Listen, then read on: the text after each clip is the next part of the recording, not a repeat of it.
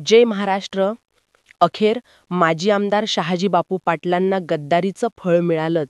शहाजी बापू पाटील हे आमदारवरून माजी आमदार झाले आणि आता त्यांना त्यांच्याच मतदारसंघात धक्क्यांवर धक्के बसत आहेत. गद्दारीचा शेवट पराभवाने झाला. शिवसैनिकांचा संताप, ठाकरेंचा विजय. शिवसैनिक आनंदाने नाचले. नेमकं काय झालंय? झाडी डोंगरवाले शहाजी बापू पाटील यांचा कसा दारुण पराभव झालेला आहे? 22-0ने महाविकास आघाडीने कसा पराभव केला आहे ते सविस्तर बातमी आपण बघणार आहोत. चॅनलवर जर तुम्ही नवीन असाल तर चॅनल सबस्क्राईब करून बेल आयकॉन प्रेस करा, म्हणजे रोज नवनवीन राजकीय तथा इतर घडामोडी तुम्हाला बघायला मिळतील. तर आपण सुरुवात करूया की नेमकं काय झालेलं आहे राजकारणात. गद्दारी क्षणिक यश देऊ शकते, पण जनतेच्या मनावर चाललेली ओळख मात्र कायम राहते. आज हीच गोष्ट पुन्हा खरी ठरली. माजी आमदार शहाजी बापू पाटील यांचा स्थानिक निवडणुकीत पराभव झाला. गुवाहाटीला एकनाथ शिंदे यांच्यासोबत शहाजी बापू पाटील गेले. अगोदर ठाकरेंनी त्यांना कितीतरी वेळा तिकीट दिलं, त्यांना निवडून सुद्धा आणलं. आमदारकीच्या निवडणुकीत ते 700 मतांनी जिंकले होते. त्यांना पुढील काही काळानंतर मंत्रिपद सुद्धा मिळालं असतं, परंतु आमिषाला बळी पडून ते गुवाहाटीला एकनाथ शिंदे यांच्या सोबत गेले आणि तेथेच त्यांचा पराभव झाल्याची सगळीकडे जोरदार चर्चा होती. त्यांनी तिथे बसून झाडी डोंगर असा डायलॉग मारून राज्यात प्रसिद्ध झाले. मात्र मतदारसंघात फक्त काहीच काम न करता बोलघेवडा नेता म्हणून त्यांची ओळख मात्र सगळीकडेच राहिली. त्यामुळे त्यांचा राजकीय पराभव विधानसभा निवडणुकीत 2024 मध्ये झाला आणि त्यांना जनतेने घरी बसवलं. उद्धव ठाकरेंशी गद्दारी करून गेलेले हे नाव आज स्वतःच्या मतदारसंघात लोकांच्या रागाचा आणि शिवसैनिकांच्या संतापाचा बळी ठरले आणि त्यांना त्यांच्या आमदारकीच्या निवडणुकीत घरी बसावं लागलं. त्यांना मंत्रिपदाची आस होती, मात्र आमदारकी सुद्धा त्यांच्या नशिबी आली नाही. त्यामुळेच त्यांना पुन्हा भोपळा हा शब्द एकदा त्यांच्या राजकीय आयुष्याला जोडला गेला. एकेकाळी निष्ठावंत म्हणून शहाजी बापू पाटील सगळीकडे मिरवत होते, मात्र आज ते पराभवाचा चेहरा म्हणून सगळीकडे ओळखलं जाते. कधी काही शहाजी भाऊ पाटील उद्धव ठाकरे यांच्या प्रत्येक सभेत दिसणारा नाव होतं. शिवसेनेच्या झेंड्याखाली लढणारा, ओरडणारा आणि जनतेत मिसळणारा नेता. पण 2022 मध्ये राज्याचं राजकारण हललं तेव्हा त्यांनी उद्धव ठाकरेंच्या पाठीवर वार केला. गद्दारीच्या त्या क्षणानंतर बापूंच्या चेहऱ्यावरून ओळख गेली आणि पक्षातला विश्वास उडवला. त्यावेळी त्यांनी म्हटलं की मी शिवसेनेतून बाहेर पडलो, पण शिवसेनेच्या विचारातून नाही. पण आजच्या निकालानंतर जनता विचारतं, गद्दारीचं फळ म्हणजेच अपयश. उद्धव ठाकरेंनी संयम पाळला, शिवसैनिकांचा मात्र त्यांच्यावर रोष होता. गेल्या 2-3 वर्षात उद्धव ठाकरेंनी एकही कटू शब्द काढला नाही, पण त्यांची नजर सर्व पाहत होती. पक्षातून गेलेले अनेक नेते आता परत दारवाजा ठोठावत आहेत. शहाजी बापू विधानसभा निवडणुकीमध्ये पराभूत झाले. अनेक ठिकाणी मतमोजणीचं वातावरण त्यावेळी शिवसेनेकडून होतं.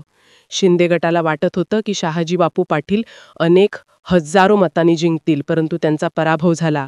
त्यावेळी जनतेने सुद्धा मनातून म्हटलं की शहाजी बापू पाटलांना सांगोलकरांनी असा काय धडा शिकवला की आता ते कधीच आमदार होणार नाहीत. आणि निकाल लागल्यानंतर शिवसैनिक सुद्धा नाचले. काही जणांच्या डोळ्यात आनंदाश्रू होतं, काही जण रागाने थरथरत होते. हेच ते लोक ज्यांनी गद्दारी केली.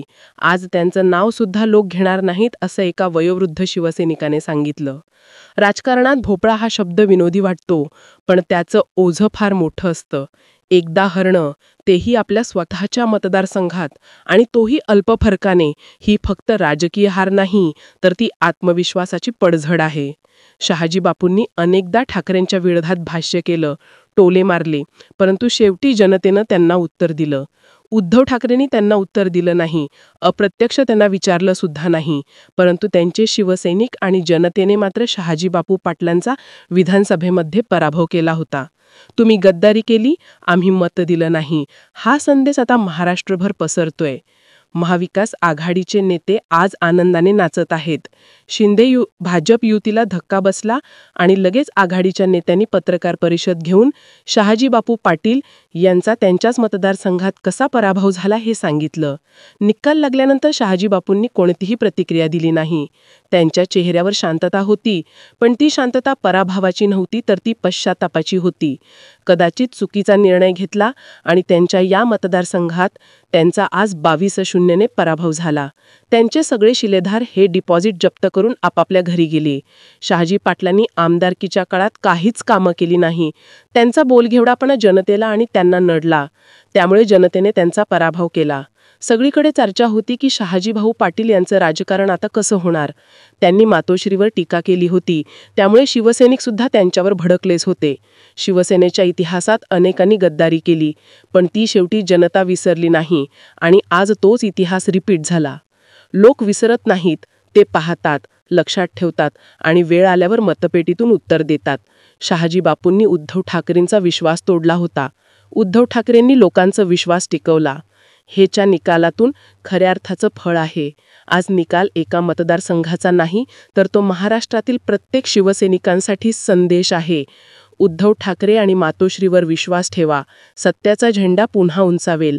आणि म्हणूनच शहाजी बापू पाटील यांचा पराभव त्यांच्याच मतदारसंघात या निवडणूक जरी छोटी असली तरी मात्र सत्याची होती.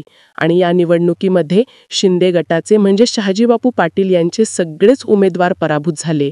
हा पराभव फक्त एका उमेदवाराचा नाही, तर तो गद्दारीच्या राजकारणाचा पराभव आहे.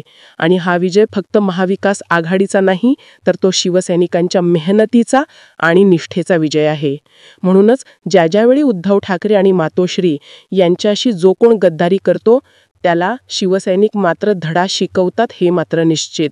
म्हणूनच राज्याच्या राजकारणात सध्या राज ठाकरे आणि उद्धव ठाकरे एकत्र आल्याने अनेक राजकीय समीकरणं बदलली आहेत. मुंबई ही मराठी माणसाकडेच राहावी आणि मुंबईचा विकास दोन ठाकरे बंधूच करतील यात काही शंका नाही. परंतु ज्या ग्रामीण भागात उद्धव ठाकरे यांच्याशी ज्यांनी गद्दारी केली त्यांना धडा शिवसैनिकांनी शिकवला. आज शहाजी बापू पाटील यांच्या सर्वच पॅनलचा दारुण पराभव झाला. शहाजी बापू पाटील हे सरकारामध्ये आता सध्या माजी आमदार आहेत. त्यांनी सर्व प्रतिष्ठा, पैसा सर्व पणाला लावलं, परंतु जनतेने मात्र उद्धव ठाकरेंशी प्रामाणिक राहिले आणि त्यांच्याच विरोधात म्हणजे शहाजी बापू पाटील यांच्या विरोधात मतदान केलं. म्हणजे तुम्ही कितीही सत्ता, प्रतिष्ठा कितीही वापरा, परंतु सत्याचा विजय हा मात्र निश्चित होणार. म्हणूनच येणाऱ्या पुढील काळात सुद्धा जे शिवसेना पक्ष आणि चिन्ह एकनाथ शिंदे यांनी चोरलेलं आहे ते उद्धव ठाकरेंकडे येणार हे निश्चित. म्हणूनच पुढील काळात ज्या काही स्थानिक स्वराज्य संस्थांच्या निवडणुका होणार आहेत, जसं की महानगरपालिका, नगरपालिका, पंचायत समिती, जिल्हा परिषद अशा अनेक निवडणुका होणार आहेत, त्यामध्ये सुद्धा दोन्ही ठाकरे बंधूंचाच भगवा फडकणार यात काही शंका नाही. म्हणूनच शहाजी बापू असतील किंवा इतर, गुलाबराव पाटील यांचा सुद्धा गेल्या काही दिवसापूर्वी त्यांच्याच जिल्ह्यात पालकमंत्री असून सुद्धा पराभव झाला होता. म्हणून येणाऱ्या काळात उद्धव ठाकरेंशी जे प्रामाणिक राहिले त्यांना पक्ष पुढे संधी देईल आणि ज्यांनी गद्दारी केली त्यांना जनता धडा शिकवेल हे मात्र निश्चित. मित्रांनो, तुम्हाला काय वाटतं? शहाजी भाऊ पाटील यांचा पराभव ही आनंदाची गोष्ट आहे का? तुम्हाला काय वाटतं? तुम्ही जर ठाकरेंचे समर्थक असाल तर कमेंटमध्ये नक्की तसं लिहा. धन्यवाद.